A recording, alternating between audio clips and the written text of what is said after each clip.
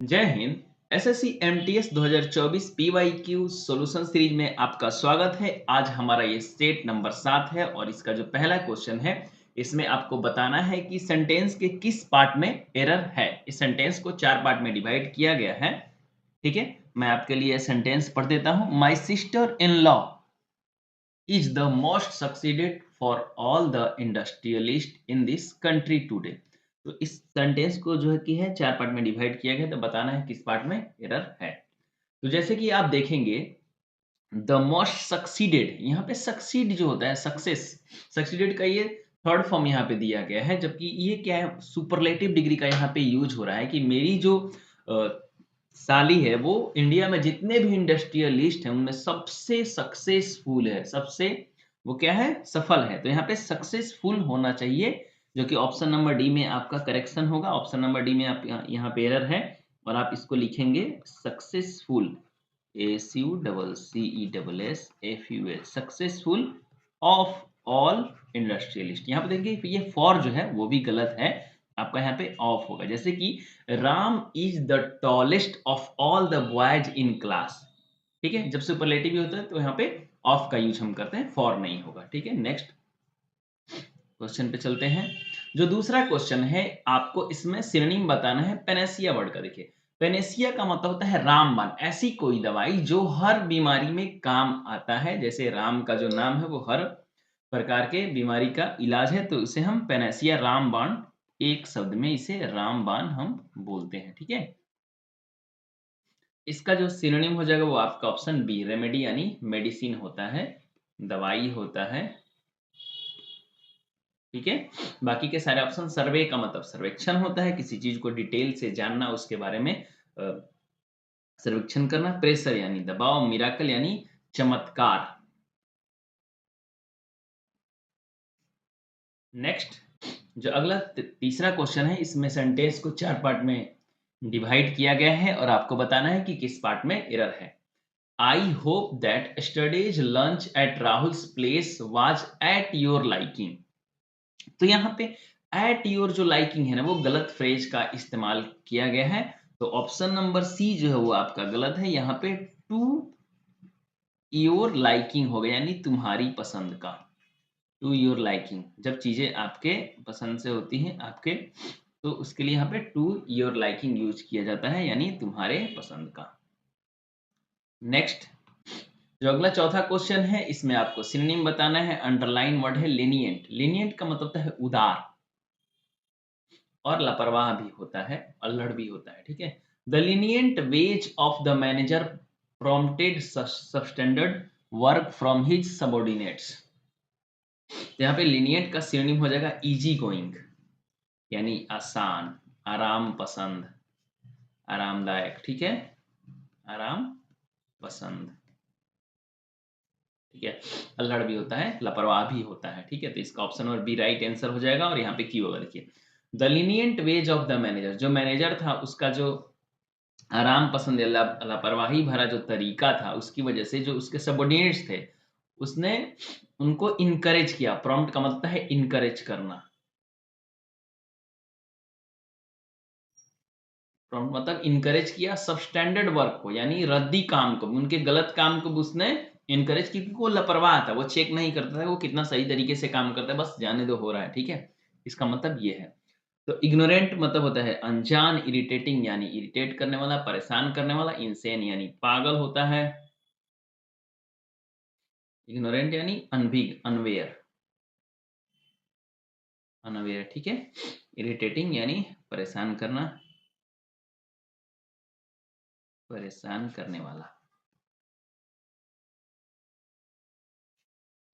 Next select the incorrectly spelled word. इसमें बताना है कि कौन सा वर्ड जो है इसका स्पेलिंग गलत है। तो ऑप्शन नंबर सी जो मेडिसिन है वो गलत है, MEDICINE होता है। ठीक है, तो ऑप्शन नंबर सी आपका राइट आंसर हो जाएगा। एडिक्ट यानी लती होता है, आदत होता है,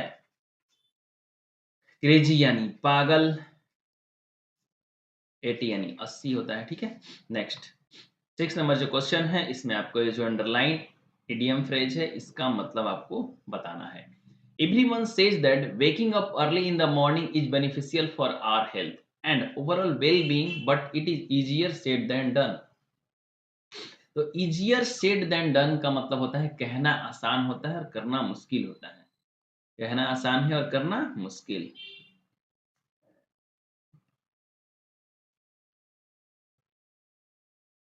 कहना आसान है और करना जो है वो मुश्किल है। ठीक है, हिंदी में थोड़ा सा इधर उधर हो सकता है। तो ऑप्शन नंबर डी जो है आपका राइट आंसर हो जाएगा। बाकी किसी का मीनिंग नहीं ऐसा है। Not easy as it seems to be, मतलब जितना आसान लगता है उतना आसान है नहीं। उसका भी वही मतलब है कि कहना आसान है, करना मुश्किल। यानी सुबह में जो जगना होता है वो आपके स्वास्थ्य के लिए लाभदायक होता है, ठीक है, और आपके इस पर, लेकिन ये जो कहना है वो आसान है, करना मुश्किल है। Next 7 number. 7 नंबर में आपको कुडोस का सिनोनिम बताना है। कुडोस का मतलब होता है किसी को इनकरेज करना, प्रशंसा करना, प्रेज करना, ठीक है। The management gave kudos to Jitin for his performance. Management ने जितिन के परफॉर्मेंस के लिए उसको क्या किया, उसको प्रशंसित किया। तो यहाँ पे फेम हो जाएगा, लाइम लाइट भी होता है यहाँ पे, प्रेज या फेम, प्रशंसा, लाइम लाइट। यहाँ पे ये कुडोस जो है ये नाउन है, ठीक है। बाकी के ऑप्शन जो है क्रिटिसिज्म यानी निंदा, पनिशमेंट सजा, एडोनिशमेंट यानी डांट फटकार। नेक्स्ट 8 नंबर जो क्वेश्चन है इसमें भी आपको इस अंडरलाइन पार्ट का सब्स्टिट्यूशन बताना है। अगर ये गलत है तो इसका कौन सा राइट आंसर होगा। The white man had to swallow his bombast and have completed the journey in mortified. देखिए, स्वेलो का मतलब होता है किसी चीज को निगल जाना, अपने अंदर दबा लेना। हिज बॉम्बास्ट का मतलब था आडंबर, दिखावा, शो ऑफ, फ्लॉन्ट, शब्द आडंबर, बड़ी बड़ी बातें करना। तो ये जो अंग्रेज था उसकी बड़ी बड़ी बातों को, अपने दिखावे को क्या करना, उस अपने अंदर दबाना पड़ा। And have completed, and have to complete. देखिए, जब आपके पास कंपल्सन आता है कि आपको ये काम करना पड़ा, करना पड़ता है या करना पड़ेगा, तो वर्ब के साथ टू प्लस वर्ब का सिंपल फॉर्म आता है। तो यहाँ पे ऑलरेडी टू यहाँ पे आ चुका है, देख सकते हैं यहाँ पे कनेक्ट हो रहा है, ये एंड से कनेक्ट हो रहा है, तो बार बार टू लिखने की जरूरत नहीं है। तो हैव टू कंप्लीट यहाँ पे होगा, and to complete the journey in modification. यहाँ पे अगर देखा जाए तो ये अंडरलाइन पार्ट में पूरा ही आएगा, ये हैव के साथ आएगा, क्योंकि यहाँ पे ऑलरेडी हैड आ चुका है और इसके बाद इन दोनों पार्ट को जोड़ा गया है, जैसे कि यहाँ से यहाँ तक इसको जोड़ा गया है। तो ये हैड टू यहाँ रहेगा, swallow his bombast and complete the journey in mortification, यानी लज्जा के साथ उसको जर्नी जो है वो उसकी यात्रा पूरा करना पड़ा। ठीक है, मतलब कोई अंग्रेज होगा, वो कहीं जा रहा होगा, वो उसने जो उसकी आदत होगी शो ऑफ करने की, बहुत ज्यादा बड़ी बड़ी बातें करने की, लेकिन उसको वहां पे क्या करना पड़ा, उसको अपनी आदत को छुपाना पड़ा उसको, और लज्जाजनक यात्रा उसको कंप्लीट करना पड़ा। ठीक है, नेक्स्ट। तो ऑप्शन नंबर ए आपका राइट आंसर हो जाएगा, and to complete the journey in modification. Have भी यहाँ पे अंडरलाइन है। Next, select the most appropriate synonym of the given word. Hamper word का आपको सिनोनिम बताना है। हैम्पर का मतलब होता है, ये वर्ब है और इसका मतलब होता है बाधा डालना, काम में रुकावट लाना। ठीक है, और यहाँ पे option number B right answer हो जाएगा। हिंडर का मतलब ये होता है रोकना, बाधा डालना। अर्ज का मतलब होता है encourage,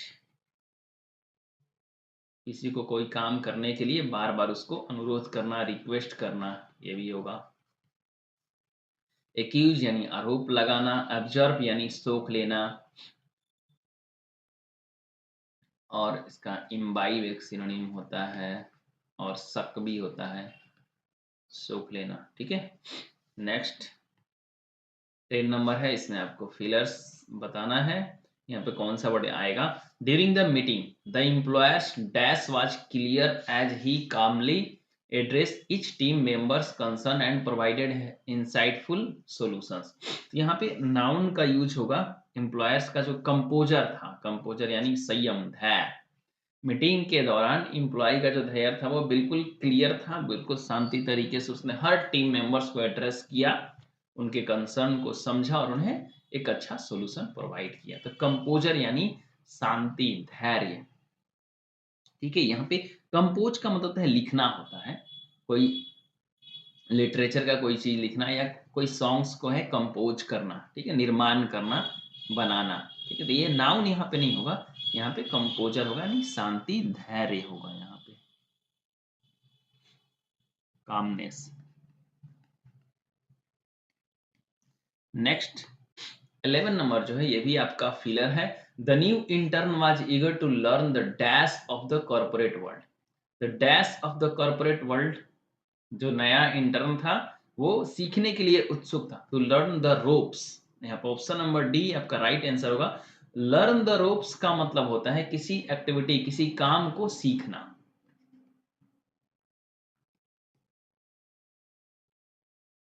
to learn the rope यानी किसी चीज की गुत्थी को सुलझाना, उसके बारे में जानना कि रस्सी कहाँ से आ रही है, कहाँ को जा रही है, यानी काम को सीखना होगा। राइड्स का मतलब होता है जो आप राइड करते हैं, बाइक जनित। अगर आप टू व्हीलर्स पर बैठते हैं तो उसको राइड बोलते हैं, फोर व्हीलर को ड्राइव बोलते हैं, और या किसी जानवर पर बैठ के कहीं जा रहे हैं तो उसको भी राइड बोलेंगे। टाइट्स यानी ये टाइट तो होता है, ज्वार भट्टा होता है, फ्लाइज मक्खी होती है, तो इनका कोई मतलब नहीं है यहाँ पे, तो option number D right answer हो जाएगा। नेक्स्ट क्वेश्चन नंबर 12 में आपको बताना है कि सेंटेंस के इन चार पार्टों में से किस पार्ट में एरर है। वाइल सी वाज वास्ट, देखिए ये तो बिल्कुल ही गलत है। सी was watching the movie her phone wrong. जब एक काम चल रहा होता है उसी दौरान दूसरा काम होता है, तो जो पहले काम चल रहा होता है वो पास्ट कंटिन्यूअस टेंस में होता है, और जो दूसरा काम उसी दौरान हुआ वो पास्ट इंडेफिनिट टेंस में होता है। तो वो जिस समय मूवी देख रही थी उसी समय उसका फोन जो है वो बजा। तो she was watching the movie, तो ऑप्शन नंबर आपका सी हो जाएगा right answer, why C was watching. ठीक है, वाज वाचिंग आप समझ गए होंगे। प्रेजेंट, पास्ट इंडिफिनिट टेंस और पास्ट कंटिन्यूअस टेंस का जो स्ट्रक्चर है वो पास्ट का होता है सब्जेक्ट प्लस वाज या वर्ब प्लस वर्ब के साथ आईएनजी, वर्ब प्लस आईएनजी, और past indefinite subject plus verb का सेकेंड फॉर्म होता है। और आप समझ गए होंगे कि जब एक काम चल रहा होता है उसी टाइम दूसरा काम होता है अगर पास्ट में, तो उसका ऐसे रिप्रेजेंट करते हैं। नेक्स्ट, चलिए नेक्स्ट 13 नंबर जो क्वेश्चन है। The flight was about to take off when suddenly the authorities came to ensure the record of the maintenance department. तो आपको इसमें बताना है ये जो मेंटेनेंस वर्ड है इसका गलत है, इसका राइट मीनिंग कौन सा होता है। तो MEINTENANC, ऑप्शन नंबर सी है आपका राइट आंसर। यहाँ पे टी के बाद ए दिया गया है जो कि गलत है, यहाँ पे टी के बाद ई होता है। मेंटेनेंस यानी रख रखाव।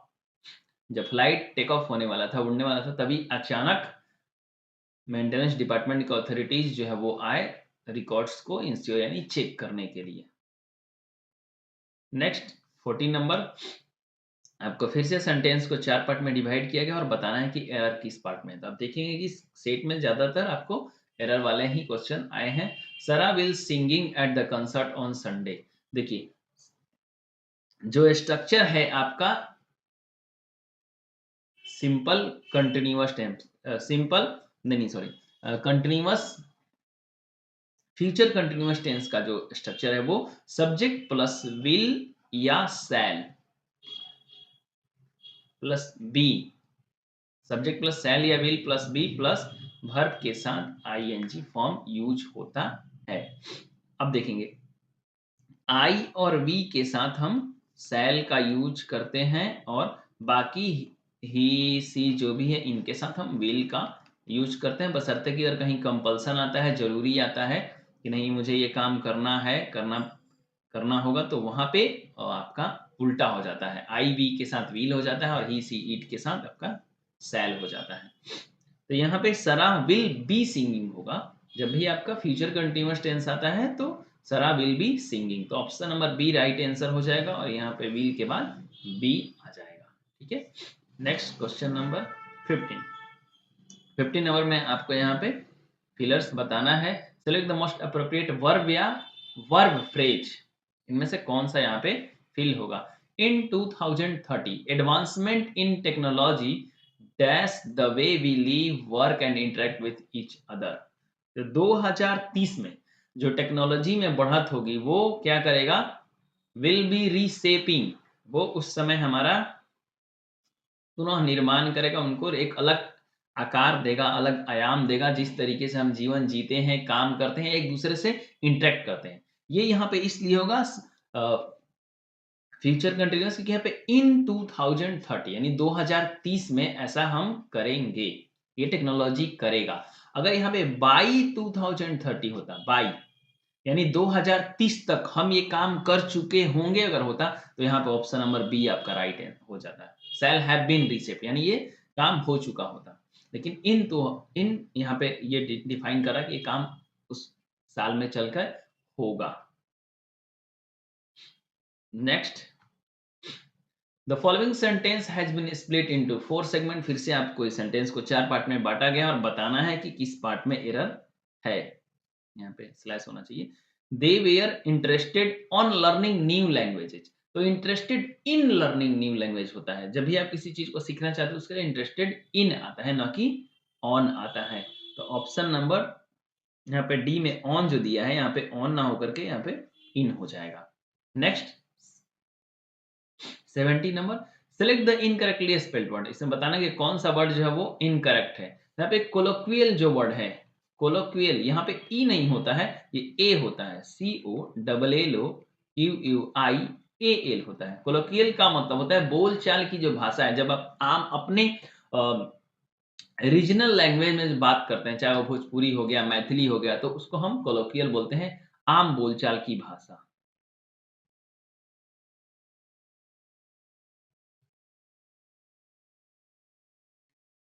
आम बोलचाल की भाषा। ये जो वर्ड है देखिए, ये कोलोक्वी से बना है, COLLOQUY। जहां भी आता है ये आम बातचीत एक मतलब कि जो बातचीत होती है उसके लिए यूज करते हैं कोलोक्वी। और कोलोक्वी मतलब बातचीत की एक बोल चाल की जो भाषा होगी उसके लिए हम यूज करते हैं आम बोलचाल। पहला जो वर्ड है पोस्थोमस यानी मरणोपरांत, किसी के मरने के बाद जो काम होता है, जैसे कोई अवार्ड दिया गया किसी को, पोस्थोमस उसके लिए वहां पे यूज होता है। एक्सट्रेनियस यानी बाहर का, जिसका उस मैटर से कोई लेन देन ना हो, यानी बाहरी, आउटसाइडर, ठीक है। और ये क्वीसेंट, क्वीसेंट का मतलब होता है मौन, धैर्य, शांत। तो जो संत जो होते हैं, सेंट यानी संत, तो कौन संत है जो चुप रहता है, तो बहुत सारे संत जो है वो मौन रहते हैं। साधु संत महात्मा क्या होते हैं, मौन रहते हैं, चुप रहते हैं। टेसिटर्न होते हैं, TACITURN, टेसिटर्न यानी चुप, अल्पभाषी, कम बोलना। तो जितना आप मौन रहोगे उतना ही आपके कॉन्फ्लिक्ट कम होंगे। 80 नंबर, यहाँ पे भी फिलर्स है, फिल करना इसमें। The way she elaborated on every detail with precision impressed every one dash the meeting. तो यहाँ पे इन द मीटिंग होगा, एट द मीटिंग होगा, ऑफ, एबव, इनटू। यहाँ पे देखिए इन तो है नहीं, ना ही ऑन है, तो यहाँ पे एट जो है वो राइट है। जब भी किसी ओकेजन को, किसी छोटे चीज को डिनोट करना होता है तो वहां पे हम एट का यूज करते हैं, at the meeting, at birthday, at holiday, ठीक है। तो यहाँ पे एट द मीटिंग होगा, यानी मीटिंग में उसने इस तरीके से सारे डिटेल को प्रिसीजन यानी संक्षिप्त पूर्वक बताया कि सारे उससे इम्प्रेस्ड हो गए। एट द मीटिंग होगा 18 नंबर। नेक्स्ट 19, आपको यहाँ पे रिलक्टेंट का सिनोनिम बताना है। रिलक्टेंट मतलब अनिच्छुक, किसी काम को जो नहीं करना चाहता है, तो उसके लिए यूज करते हैं अनविलिंग, अनिच्छुक, ठीक है।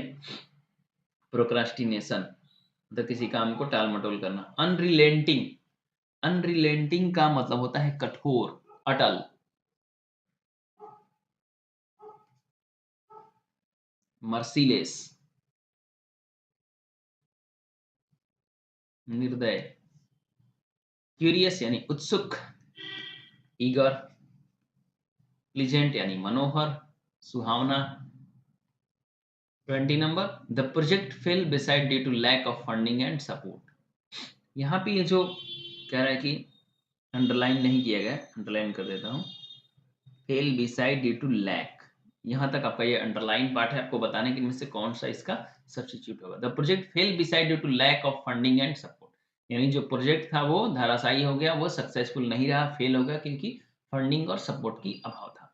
तो यहाँ पे फेल थ्रू होता है, फॉल थ्रू का मतलब होता है फेल हो जाना, किसी प्रोजेक्ट का, किसी काम का, किसी प्लान का अच्छे से एग्जीक्यूट नहीं होना, उसे हम बोलते हैं फॉल थ्रू, यानी fail, to fail a project, plan, etc।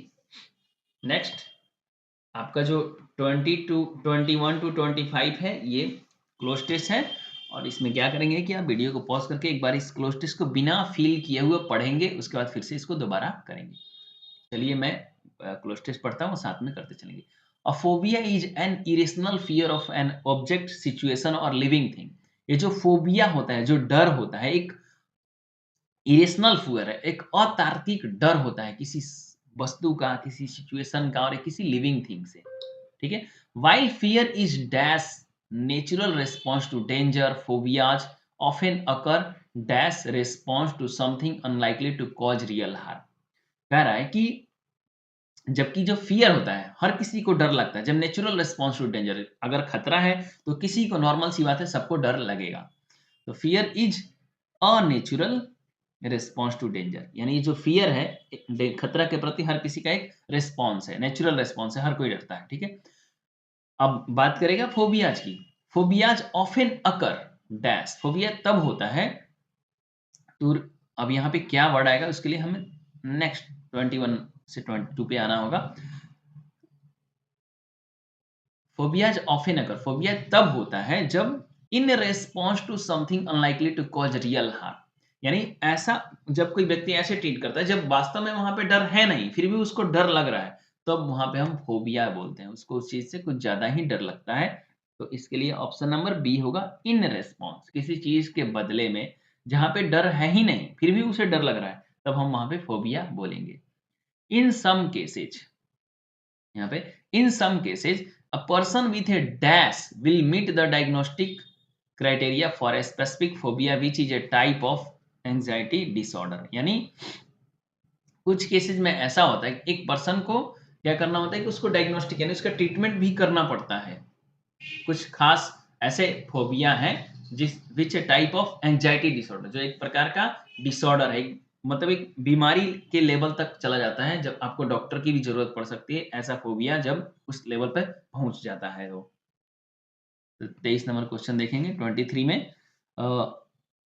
फिर से पढ़ते हैं। In some cases a person with a phobia, यानी ऐसे पर्सन जिसको फोबिया, क्योंकि यहाँ पे फोबिया की ही बात हो रही है, will meet the diagnostic centre, यानी उसको डॉक्टर की भी सलाह लेनी पड़ती है, उसको ट्रीटमेंट भी लेना पड़ता है जब इस लेवल तक पहुंच जाता है। चलिए नेक्स्ट, फिर हम यहाँ से पढ़ेंगे समवन से। Someone with a specific phobia, यानी ऐसा कोई व्यक्ति जिसके पास कुछ एक खास डर है, will dash intense fear and anxiety when confronted with the source of the phobia which could include blood, Heights और स्पेसिफिक एनिमल लाइक डॉग्स। कह रहा है कि एक ऐसे व्यक्ति जिनके अलग, सबके पास फोबिया जो होता है वो स्पेसिफिक भी होता है, किसी को किसी खास चीज से डर लगता है, किसी को खून देख के डर लगता है, किसी को ऊंचाई से डर लगता है, किसी को किसी खास प्रकार का डॉक्टर एनिमल को देख के डर लगता है, जैसे कि डॉग, जो साइनोफोबिया होता है, जैसे कि CYNO, साइनोफोबिया, लोगों को कुत्ते से डर लगता है, सॉरी,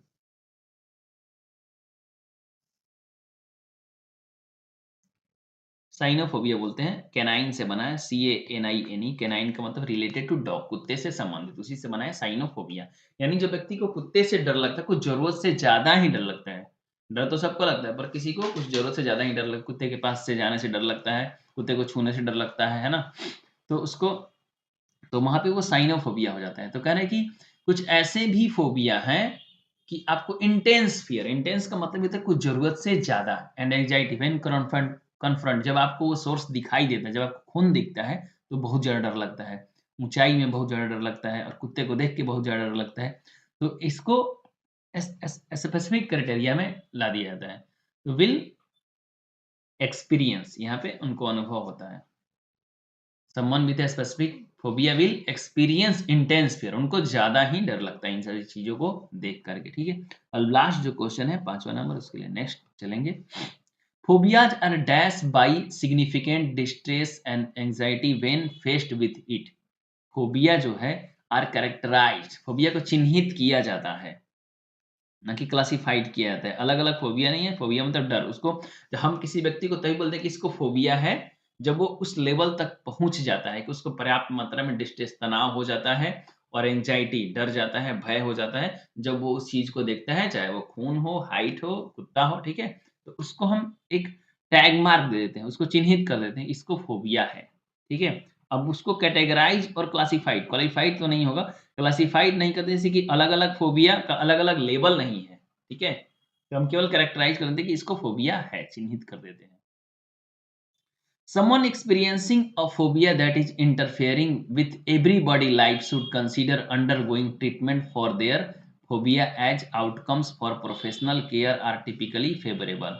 कह रहा है कि someone experiencing a phobia, अगर किसी को फोबिया है और उसके डर की वजह से आम लोगों के जीवन में भी डिस्टरबेंस हो रहा है, दूसरों को भी इंटरफेयर कर रहा है, उसको जरूरत है कि वो ट्रीटमेंट ले अपने फोबिया की वजह से। जैसे कि किसी को बार बार अगर फर्श गंदा है तो लोगों को भी डर लगता है वहां से, मतलब कि वहां पे जर्म होंगे, ये सब चीजें होंगी, तो वो भी एक उसकी वजह से दूसरे लोग अगर परेशान हो रहे हैं तो उसको ट्रीटमेंट की जरूरत होती है। और इसका आउटकम ये होता है कि उसको पर्सनल केयर की, प्रोफेशनल केयर की जरूरत पड़ती है, खास टाइपिकली, ठीक है।